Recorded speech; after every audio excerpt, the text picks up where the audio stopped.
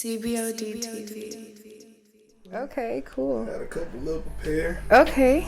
All right, T. Willis, aka Sweet Honey T. Let's get it. Hello. What's happening? Hello. How are you? Fine, yourself? I'm well. Thank you for having me. Oh yeah, for sure, for sure. I'm honored to have you. Thank you. Thank you.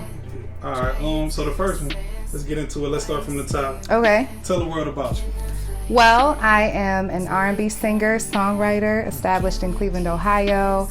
My passion is music. I love playing around with, I call them like my character voices when I sing, and just giving people different tastes of me and my personality through my experience through writing. I'm a great performer, dancer.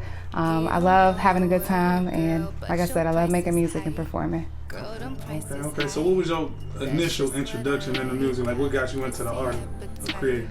Honestly, it was Usher, believe it or not. Second person that said that. It was Usher when I was like 3 years old. Nice and Slow was like my whole thing. I'm like singing 7 o'clock on the dot. Yeah. I'm like, girl, you too young to be singing all of that. So I would definitely have to say Alicia Keys was another big inspiration of mine because she inspired me to play the piano. I also play the piano. And I definitely admire her style of songwriting as well. Okay. So like besides singing, you also play the piano. So I do. Is that like the only instrument that you play, or? Piano and voice. I play the recorder. I could play the recorder. I play the microphone. Yeah, there we go. Respect. So what got you into playing the piano? Like, how did that start? Alicia Keys, honestly. I also had an older cousin, R.I.P. His name was Muhammad, who taught me how to play piano as well because he was into piano and he took lessons, and that inspired me to start taking lessons as well. So I took lessons for a few years. My instructor, was kind of getting older, so I kind of had to stop going to him and everything. But I still continue to play, here and there. Okay. So I was looking on your YouTube. I seen you had like 3 projects, like 3 EPs. Yeah. Okay, you had like 3 singles and like 6 music videos. Yeah. Okay, you doing your research? Yeah. Yeah. So now, like, I noticed it's a lot of originality in the videos, like as far as like the treatment. Yeah. You know what I'm saying? How you was going about it. Now, where'd that come from? What's the inspiration behind it? So I've always also been into film and like act. I feel like as we're going on, I'm like, oh yeah, I do this, I do that, I do that. I do enjoy co-directing a lot of my music videos because as I'm writing my music, sometimes I have a vision for it. And, sometimes I might need a little push here, a little bit more inspiration because it's not solely what I focus on. It's just I happen to be good at like film and editing and, looking at different viewpoints and everything. So definitely film is shooting my music videos is just, it gives me that kind of, wow, I did that when I go back and look at it, because I wrote the song, recorded it, and then went and shot a whole music video to it. So it's like I told my full story. Mm-hmm. Okay. So if somebody was to come across your music for the first time, like somebody just put them on to you, like, what would they expect or what should they expect? They should expect something sassy, a little bounce, something smooth and sultry. Okay, now do you feel like you got any type, because I'm noticing a little bit of LMA vibes.